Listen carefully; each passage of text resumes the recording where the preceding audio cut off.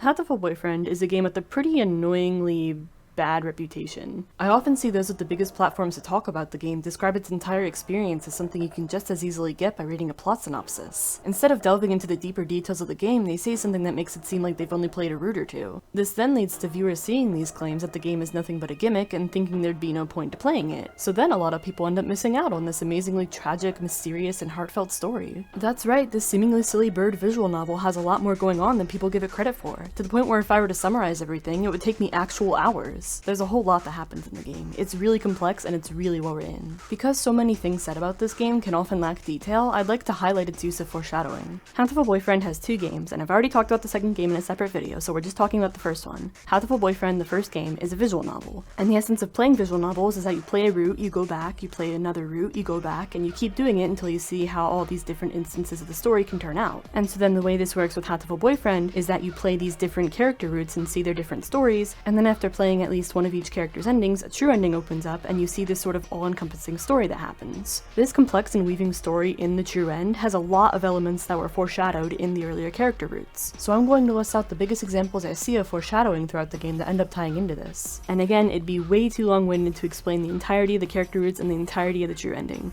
I'm just here to explain the bits of foreshadowing. So I will be explaining just enough to make things make sense, but just remember that this is a very big and complex narrative and a lot of things are happening. The main portion of this video is in a list format, and so the script is arranged into bullet points. Because of that, I'll be using this sound effect from the game to transition between the different examples of foreshadowing so that things don't get too confusing. Oh, also, if the pretense of this video didn't make it clear enough, spoiler warning for the first game, and for what's probably the biggest spoiler of the second game as well. You're introduced to Yuya via witnessing Sakuya, his half-brother of royal descent, telling him to stay away from him during school. Hyoko calls Sakuya an aristocrat wannabe, and Yuya pauses to reflect on that label before correcting that he is actually an aristocrat. Later in the true ending of the game, it's revealed that Sakuya is Yuya's full-blooded brother, meaning that Sakuya is actually not of royal descent, despite what everyone thought. Yuya is one of the only characters that knows this and makes sure to keep it a secret, as shown in the scene where he makes sure to insist that Sakuya actually is an aristocrat. There's another hint at this big reveal in Sakuya's ending, where after he runs away from home, Yuya tells Hyoko that there's something really important he has to tell Sakuya. Since Sakuya abandoned his esteemed lifestyle in this ending, it's highly implied that Yuya's secret here is that of Sakuya's real heritage. In most of the routes, you'll find a misplaced student ID in a hallway. If you play Anghel's route, you also find this ID, but he frantically rushes to you when you read the name Akagi Yoshio out loud, and you realize that this ID is his. If you play anyone else's route, you don't recognize the name and hand it off to either Kazuaki or Shu. And if you hand it off to Shu, he tells you at the end of his route that handing this ID off to him was disposing of evidence. Putting these elements together, especially with the murderous nature of this scene with Shu, implies Anghel may have been killed by Shu in the character routes beside his own. At the end of Anghel's route, you end up in a reality-warping RPG battle with an out-of-character Shu. This is far enough into the game that you understand that Shu is way too straight-laced to play a wacky character like this, so something's very much off. In the true ending, it's then revealed that Anghel has the ability to spread hallucinogens to others, thus altering their perceptions of reality and making them act differently. This then goes on to be important in helping Ryota snap out of his detached mindset. Anghel in general talks in Shunibyo speak that might be hinting that he knows way more than people give him credit for, such as his use of the term demon spores possibly being related to the Charon virus. Yuya's route has a brief scene where he talks to the standoffish school janitor, but pretends it's about cleaning when he sees Hyoko approaching. He doesn't say much other than that the janitor is nicer than he appears, but you learn in the true ending that he's actually a Dove Party agent and Yuya's mentor. There's a scene in some character routes where Kazuaki smells like bleach for some reason. His nonchalant excuse for it makes it seem like his usual ditziness at the time. Later in the true ending, however, it gets revealed that he had changed his entire identity, and it's shown that the color of his feather/hair is different now compared to before the change. He specifically stole another character's identity, so it's implied that he bleached it to be the same as the original Kazuaki Nanaki. Even though this video is only about the first game's foreshadowing, it's here I'd like to mention how cleverly integrated the Kazuaki incident is in the second game. In the first game's true ending, the change in appearance is relevant to the scene it's revealed in, but the details of how he did it aren't as important at the time. It's only in the second game that we see a flashback of how Hitori went about this identity theft. It's done in a way that relies on the player to have kept up with the lore enough to understand without the need for name dropping. We see a flashback from an unnamed bird's point of view, and when another bird eventually betrays him after gaining his trust and specifically goes to steal things like his wallet and ID, the player hopefully catches on that this is meant to be Hitori stealing Kazuaki's identity. Going back to the first game, this combined with one of the case files seems to imply that Hitori had disguised Kazuaki's corpse as his own to make the Hawk Party less suspicious of him. If you give Kazuaki country Malay beans on legumintines, he will go into a dazed happy state as he reminisces on past memories he doesn't explain in detail. Later in the true ending, a heartwarming flashback is shown of him and Nageki eating country Malay to help calm Nageki down.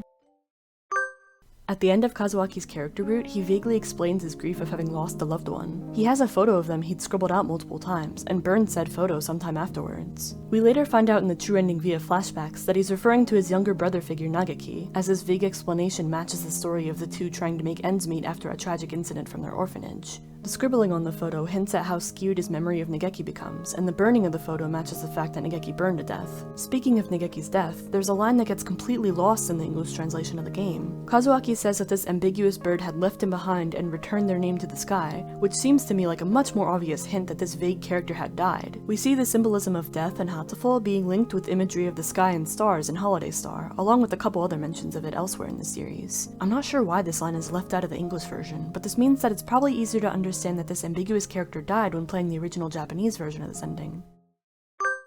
Shu's desk is heavily guarded in his and Yuya's routes, causing a conflict between the two that has the potential to end in Yuya's death if resolved poorly. We see in the true ending that this desk holds files on 4 students, Sakuya, Nageki, Ryota, and Hyoko. These files are likely about Sakuya's true heritage that Shu probably uses to blackmail Yuya with, Nageki's nature as a test subject or at the very least being dead, Ryota's physical condition so that Shu can gradually give him the Charon virus, and Hyoko's status as a human representative along with what's likely her body's expected response to the virus. The game explains Shu's involvement with the Hawk Party during Yuya and Tori's routes, so the importance of the secret desk is rightfully emphasized before its contents are revealed.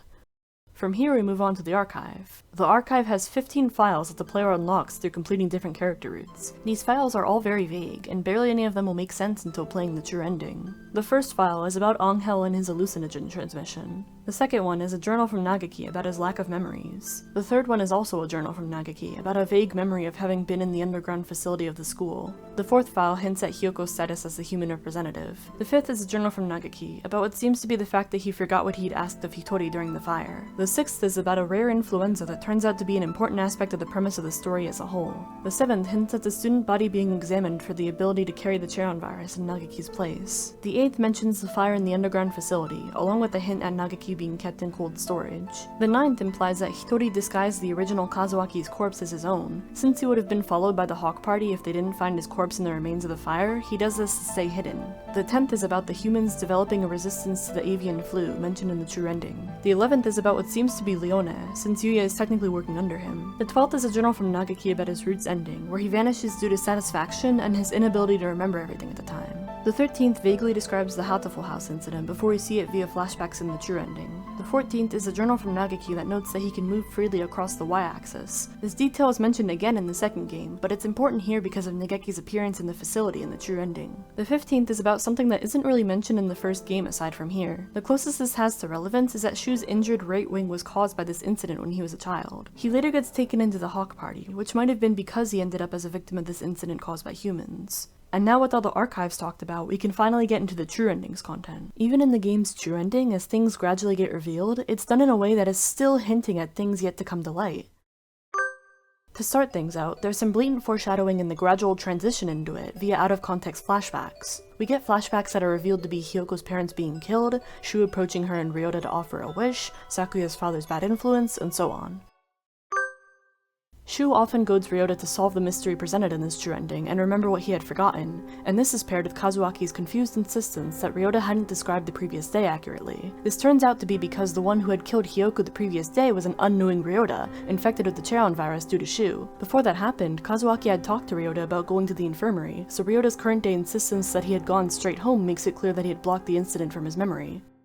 Now to go into more subtle bits of foreshadowing within this true ending. I've played and watched this game several times and still found myself shocked upon gathering footage and seeing details that are now obvious in hindsight. These details are a bit smaller, so they're probably going to go by at a bit of a quicker pace than before. Sakuya starts wondering whether to consider Yuya an ally sometime before the aforementioned brother reveal happens, with one flashback even asking, "Why does blood divide us so?" Sakuya swears on his blood and name as a label to solve the true game's mystery, but his label heritage is later revealed to be a lie. This turns really interesting as he then switches to swearing on his own name of Sakuya. There's also the fact that Ryota promises Sakuya that they'll escape together when they have to separate, and at the very end, Sakuya says the same thing to him when he has to be left behind. And honestly, I could go on a whole tangent on Sakuya's character growth in the true end because of how amazing it is, but, you know, for the sake of brevity and all that, I won't be painfully. I mean, maybe I can put it as a wall of text. Here you go. Anghel speaking in Chunibyo talk seems like nonsense until looking back and realizing that he was outside the infirmary the previous day and had known Shu was up to something. In Anghel's route, his insistence on Shu's misdeeds are surrounded by daily life, but in this route, he's constantly insistent that something's wrong. Nagaki takes some time to remember his life before being a ghost, and faintly remembers wanting to tell a family member something, later revealed to be a second wish to Hitori.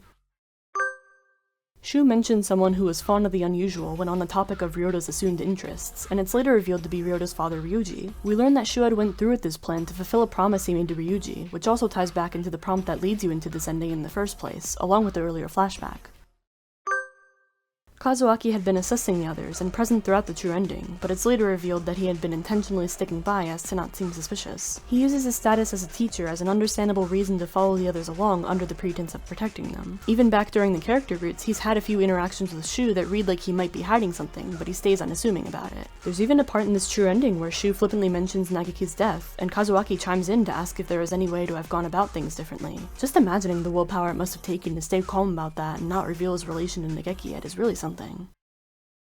And there we have it, many instances of foreshadowing in this game that I wanted to call attention to. It should hopefully be clear by now just how much detail the series has put into it and how clever it is with its foreshadowing. From scenes that are pretty blatant about hinting at later events, to scenes that only make sense upon a second viewing, Hatoful's foreshadowing is fittingly intricate for its complex plot. Even if you've watched this video without having seen this game before, maybe this whole list has helped you start to see it in a different light. I really love this franchise, and it makes me really happy to talk with fellow fans about it, so I hope this video finds its way to other fans as well. If any fellow fans are watching this, I think what I'd want to ask are who's your favorite character, and what's your favorite scene, and yes, I'm doing this to see if there's more fans out there, don't judge me. Anyways, thanks for watching, and play Hatoful Boyfriend.